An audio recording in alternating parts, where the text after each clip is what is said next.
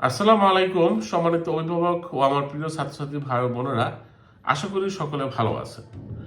খুব গুরুত্বপূর্ণ একটা বিষয় নিয়ে আলোচনা করব, সেটা হচ্ছে যে সকল ছাত্রছাত্রী ভাই ও বোনেরা দেশের বাইরে উচ্চশিক্ষা গ্রহণ করার জন্য চিন্তা ভাবনা করছেন, তাদের পূর্ব থেকে করণীয় কি কি। আপনি সাপোজ ব্যাচেলার প্রোগ্রামে আছেন, মাস্টার্স ইউএসএ থেকে বা কানাডা থেকে বা ইউরোপিয়ান কান্ট্রিগুলো থেকে করবেন, বা আপনি এখন ইন্টারমিডিয়েটের ফার্স্ট ইয়ার বা সেকেন্ড ইয়ারে আছেন, ইন্টারমিডিয়েট কমপ্লিট করার পরে আপনি দেশের বাইরে উচ্চশিক্ষা করবেন। তো এখন আপনার জন্য কি কি কাজ অ্যাডভান্স করে রাখা জরুরি। প্রথমে যে বিষয়টা আমি গুরুত্ব সহকারে দেখতে বলবো সেটা হচ্ছে একজন স্টুডেন্টের নামের বানান।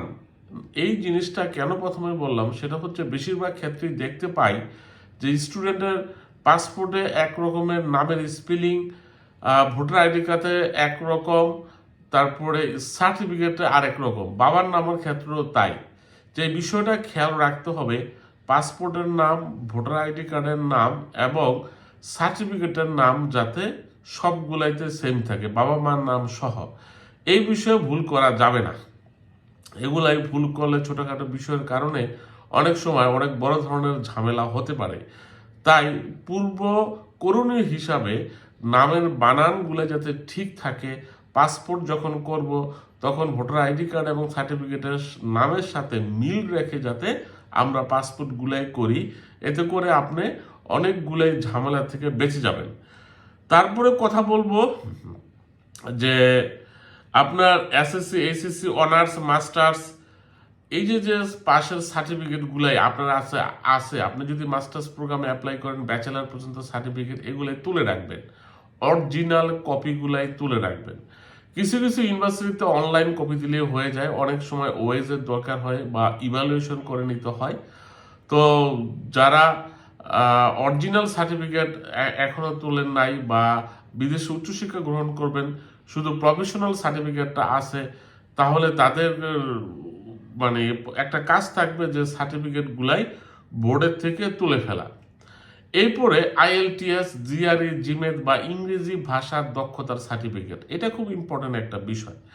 আপনার ব্রেনের মধ্যে থাকতে হবে, যদি ইংলিশ ল্যাঙ্গুয়েজ কান্ট্রিগুলাই, ফার্স্ট ওয়ার্ল্ড কান্ট্রিতে যদি আবেদন করেন, সেক্ষেত্রে বেশিরভাগ ইউনিভার্সিটি আপনার আইএলটিএস বা ইংরেজি ভাষার দক্ষতার সার্টিফিকেট চাবে।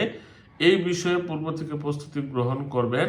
আপনার যদি প্ল্যান থাকে 2026 সালের সেপ্টেম্বর সেমিস্টারে ধরবেন, তাই এখন থেকে আপনার উচিত আইএলটিএস এর বিষয়ে প্রিপারেশন নেওয়া, পরীক্ষা দিয়ে সার্টিফিকেটটা অর্জন করে ফেলা, যাতে করে আপনার শেষ মোমেন্টে এসে সময়ের স্বল্পতার কারণে আবেদনটি যাতে আপনার মিস না হয়ে যায়, তাই এই বিষয়ে আপনারা অ্যালার্ট থাকবেন। এরপরে আপনার স্কলারশিপের বিষয় যদি চিন্তা ভাবনা থাকে, স্কলারশিপ অনেক ইউনিভার্সিটিগুলাই দেয় কিন্তু আমরা জানি না। তো স্কলারশিপের জন্য আপনার একাডেমিক রেজাল্টের সাথে সাথে এক্সট্রা কারিকুলাম অ্যাক্টিভিটির বিষয় মাথার মধ্যে থাকতে হবে। অগ্রিম যদি প্রিপারেশন নিতে চান স্কলারশিপের জন্য, সেক্ষেত্রে যারা মাস্টার্সে যাবেন তারা extra curriculum activity, professional short course, আপনার কোর্স রিলেটেড অনেক ধরনের training, social voluntary work, teacher assistantship হিসাবে কাজ করার অভিজ্ঞতা, publication, most important thing, publication নিয়ে কাজ করা, এইসব বিষয়ে অবশ্যই আপনাকে অ্যালার্ট থাকতে হবে। এই বিষয়গুলাই থাকলে আপনার ফান্ডিং বা স্কলারশিপের জন্য অনেক স্টুডেন্ট ভাই বোনদের থেকে আগে যাবেন।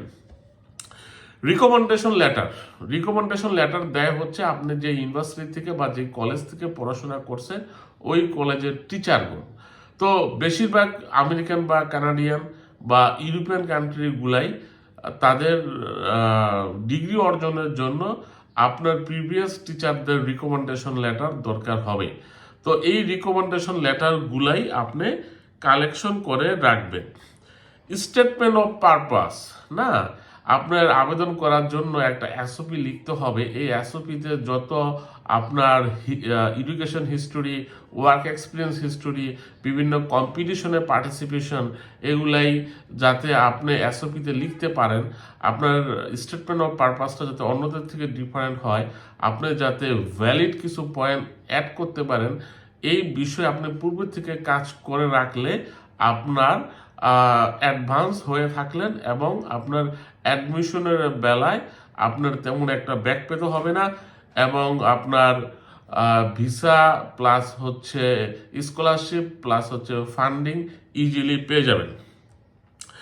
আরও কিছু গুরুত্বপূর্ণ বিষয় যেরকম আপনার ভলান্টারি ওয়ার্ক, যেটা আমরা বলি সোসাইটিতে আপনার কন্ট্রিবিউশন কি, সোসাইটিতে আপনার মানুষ হিসাবে কেমন, এটা যদি প্রমাণ করতে চান সেক্ষেত্রে ভলান্টারি অনেক মানে কাজ আছে, সেটা করতে পারেন।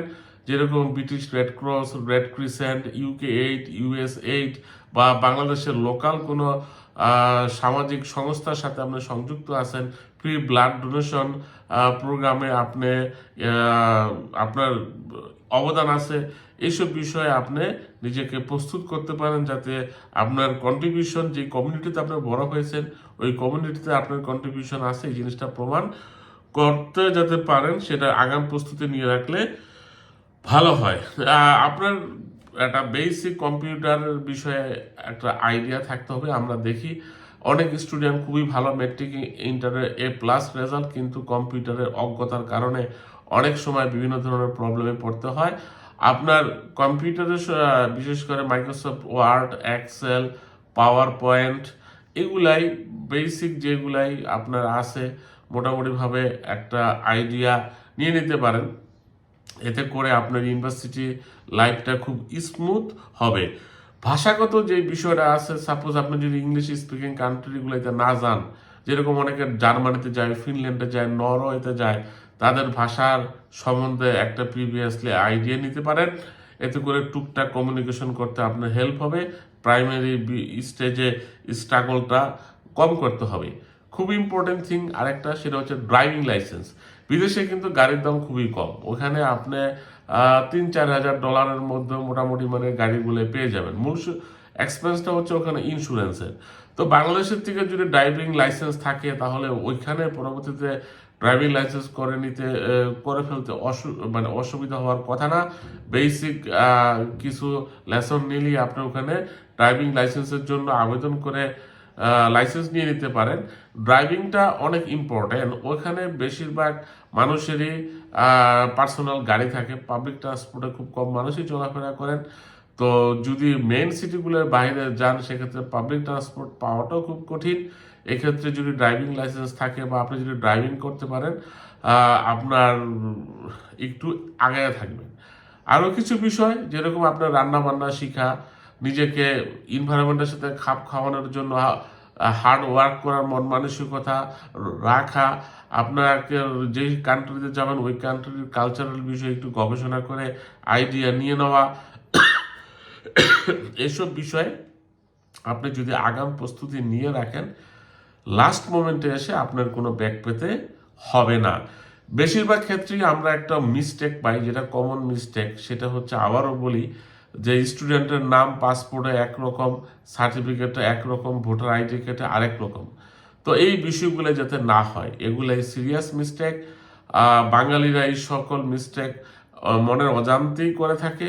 তাই যখন পাসপোর্টটা করবেন সার্টিফিকেটের সাথে মিল রেখে, ভোটার আইডি কার্ডের সাথে মিল রেখে করবেন। বিদেশে পড়াশোনা করার জন্য যদি সেলফ ফান্ডেড স্টুডেন্ট হন সেক্ষেত্রে টাকা পয়সার প্রয়োজন হবে, ব্যাংক স্টেটমেন্ট দেখাতে হতে পারে, সেক্ষেত্রে টাকা পয়সার বিষয়ে খেয়াল রাখবেন। এইসব বিষয়ে যদি পূর্ব থেকে আপনি নিজেকে প্রস্তুত করতে পারেন, যখন ইউনিভার্সিটি আবেদন করার সময় চলে আসবে তখন কিন্তু আপনি অনেক স্টুডেন্টের থেকে অ্যাডভান্স থাকবেন। বিষয়গুলো নিয়ে কাজ করবেন, আশা করি আপনাদের ফিউচারে তেমন কোনো সমস্যা হবে না। ইউনিভার্সিটিগুলোর থেকে ভিসা আবেদন করা, স্কলারশিপ বা ফান্ডিং নিয়ে আবেদন করতে আপনাদের আগাম প্রস্তুতি থাকলে বিষয়গুলাই সহজ হয়ে যাবে। আপনাদের সকলের প্রতি রইল শুভকামনা।